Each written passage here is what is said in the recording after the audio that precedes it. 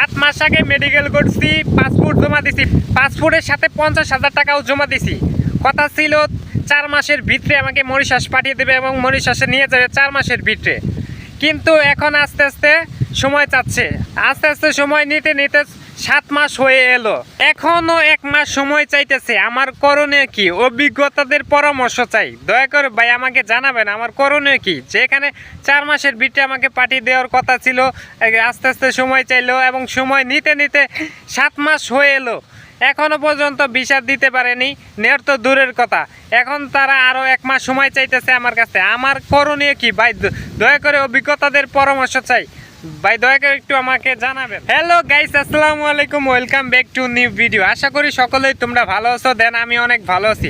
আজকের ভিডিওটা খুবই গুরুত্বপূর্ণ আপনাদের জন্য, তাই ভিডিওটি স্কিপ না করে সম্পূর্ণ ভিডিওটা দেখেন এবং কি এরকম ধরনের মরিশাসের সকল আপডেট ভিডিও পেতে চ্যানেলটিকে এখনই সাবস্ক্রাইব করে রেখে দেন। ভাই শুধু তুমি না, আমরা হাজার হাজার ফুলাফোন ফাইল টাইল জমা দিয়ে টাকা পয়সা জমা দিয়ে বসে আছি। আরও এরকম এই সিস্টেমের কথাবার্তা হয়েছে যে আর কিছু দিনের ভিতরে নাকি একটা কিছু হইবে, তো আমি সেজন্য অপেক্ষা করতেছি। তো অনেকেই অনেকভাবে আমাকে কমেন্ট করতেছে, ভাই 6 মাস 7 মাস 8 মাস 10 মাস 1 বছর হয়ে এলো, কিন্তু এখনও কোনো খবর পাইতেছি না। ভাই আসলে কি কমু, আগের থেকে মরিশাসের ইমিগ্রেশন করা, ঠিক আছে, ইমিগ্রেশন একদম সিকিউরিটি অনেকভাবে করা করে ফেলাইছে। আগে যেহেতু 3-4 মাসের ভিতরেই কিন্তু মরিশাস যাওয়া যাইত, কিন্তু আগের মতো মরিশাস বর্তমানে নাই, ঠিক আছে। অনেক প্রাইভেসি সিস্টেম হয়েছে মরিশাসে, কি আর করা যাবে। যেহেতু তোমরা ফাইলের সাথে 50,000 টাকা করে জমা দিছো, আসলেই তোমরা বোকামি কাজ করছো। ফাইলের সাথে টাকা জমা দেয় কেউ, ঠিক। ভিসা যেহেতু না আসবো, কোনো এজেন্সির কাছে টাকা পে করা যাবে না। কারণ হচ্ছে মনে করা যে টাকা দিলেই লস মানে যদি নাও হয়, মনে করা যে টাকাটা তুলতে অনেক হয়রানির প্রয়োজন হবে, ঠিক আছে। তো আমার কথা একটাই, বাই চান্স যদি তোমরা কোথাও যদি না যাইতে পারো, টাকা যাতে ব্যাক আনতে পারো, ঠিক আছে। বিদেশে না যাইতে পারো, টাকা যাতে ব্যাক আনতে পারো, এমন মানুষের কাছে টাকা পয়সা জমা দিবা। টাকা পয়সা যাদের কাছ থেকে উঠাইতে পারবে না, তাদেরকে ফাইল জমা দেওয়ার পেছনে টাকা দেওয়ার তো কোনো প্রশ্নই আসে না ভাই, টাকা পয়সা দেওয়া যাইব না। তো এরকম ধরনের ঘটনা অনেকেরই ঘটতেছে ভাই। শুধু তুমি না, তোমার মতো আমার মতো হাজার হাজার পোলাপান এই ধরনের সমস্যার সম্মুখীন হয়ে বসে আছে, ঠিক আছে।